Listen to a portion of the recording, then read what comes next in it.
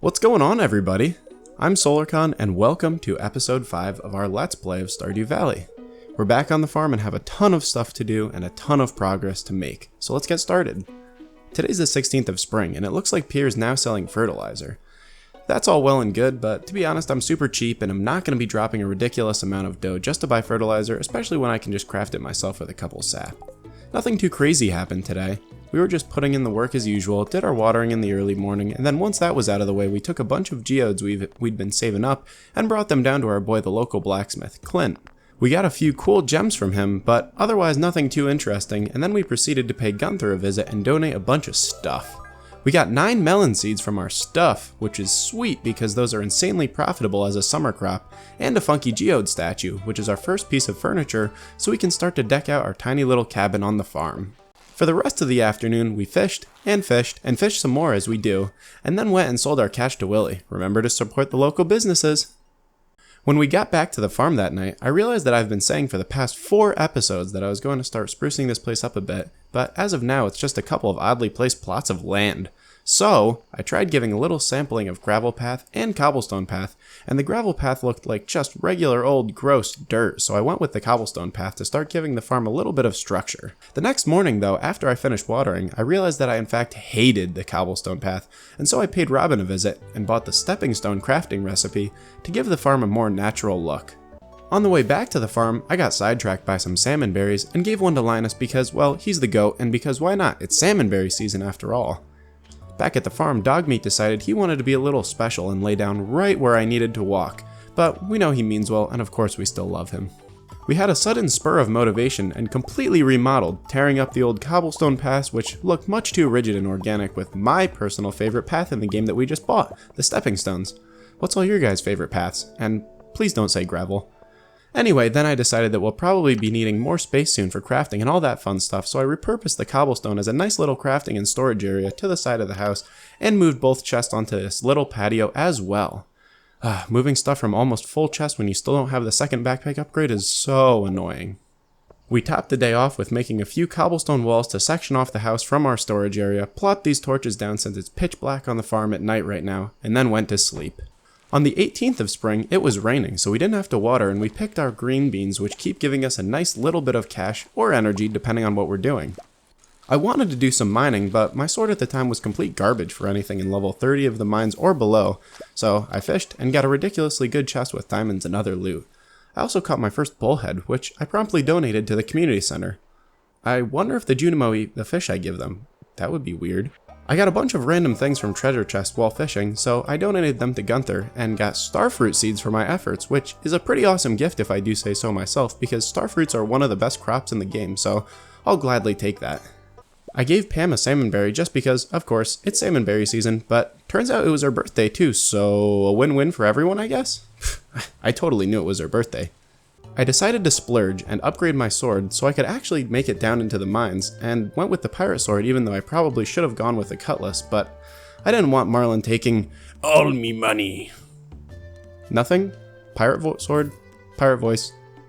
Okay, moving on. So, of course I had to try out the new sword, and immediately made my way into the mines and wrecked some stupid skeleton mummy guys, and made it to level 35, and then reached level 2 combat with our swashbuckling prowess.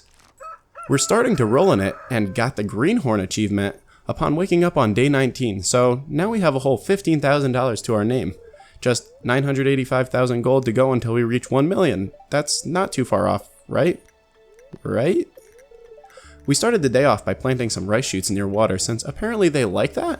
I don't know, I've never planted rice in this game, but they look like they're watered, so yeah, I did a thing. For the rest of the day, we did a bunch of mining and made it to level 40. I was excited for the loot in the chest, but immediately disappointed when it was a slingshot because I have never and will never use the slingshot in Stardew Valley. I refuse, it's useless.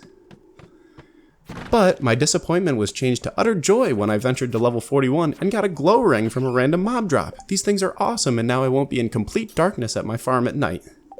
Our newfound luck continued as we got a magnet ring in a crate and then started getting bombarded by bats and little dust mite dudes, so we dipped from the mines. The morning of the 20th, we did our usual watering, as any sane farmer would do, and then kind of aimlessly did tiny things around the town. We broke a few more geodes with Clint and donated some more minerals to Gunther, for which he rewarded us with a beautiful painting titled A Night on Eco Hill. We stopped by Robin's shop and checked on the price of a coop, mostly just to remind ourselves that yes, we are still poor and cannot afford chickens. So sad.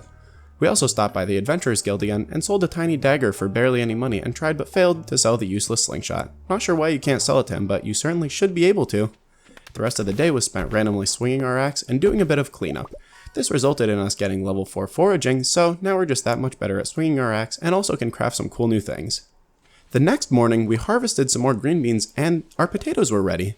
We had a bunch of energy since we didn't need to water our crops, so I cleaned up the farm a bit more. Then, I realized I had forgotten to check the weather, and upon checking saw that it was going to rain again tomorrow. Because of that, I made the executive decision that today is going to be the day we upgrade our watering can. So, with my 5 copper bars and basic watering can in hand, I made my way to the blacksmith and handed over my watering can for the next 2 days so Clint could make it so much better. I chose to give it to him today because I won't need it tomorrow, and then the following day it will be ready and I'll be able to water again. After that, I went back to the farm and chopped some trees, and then took a potato to the community center. The potato completed the spring crops bundle, and I got 20 speed grow for my farming talents. Completing this bundle also unlocked the boiler room, where we now have access to the blacksmith bundle, geologist bundle, and adventurers bundle. Honestly, these shouldn't be too hard to get once we get deeper in the mines. I gave Leah a daffodil because I'm nice and also don't like daffodils, and she's a nature girl and loves daffodils. Then I went fishing and had some really good luck, catching multiple catfish, some iridium quality fish, and even got the achievement Mother Catch. So I've now caught 100 fish. Wow, I definitely like fishing too much in this game. After the fishing escapades, I returned to the community center and deposited a shad and one of my hard-earned catfish in the fish tank. Dogmeat was being a pain again as I was trying to go to sleep. He just loves his attention. We also got to level 3 mining, so now we can smash rocks and stuff better, and got to level 5 fishing, and I chose to take the fisher profession since I like catching fish, and now I'll make them more money from them. It's raining again, and oh my gosh, our strawberries are ready. Let's go. Finally. Since it was raining, I went mining again and realized that it's getting extremely annoying to mine rocks past level 40 with the basic pickaxe, because it takes 3 hits to just break 1 rock. We spent the majority of the day in the mines just hacking away ridiculously slowly and only made it to level 45. When we got back to the farm, I started cooking up some more iron since we're trying to stock up so we can make a bunch of quality sprinklers when we get to farming level 6.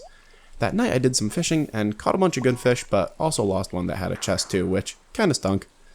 We made bank from strawberries, getting 5,820 gold from strawberries alone, and also made a decent amount of change from fishing too, which made us overall a solid 6,287 gold profit. We're starting to make some real money.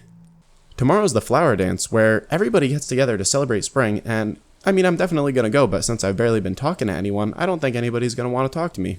Maybe Pam though? Our watering can is ready today, so we went to Clint's and picked it up. Ooh, shiny new copper watering can.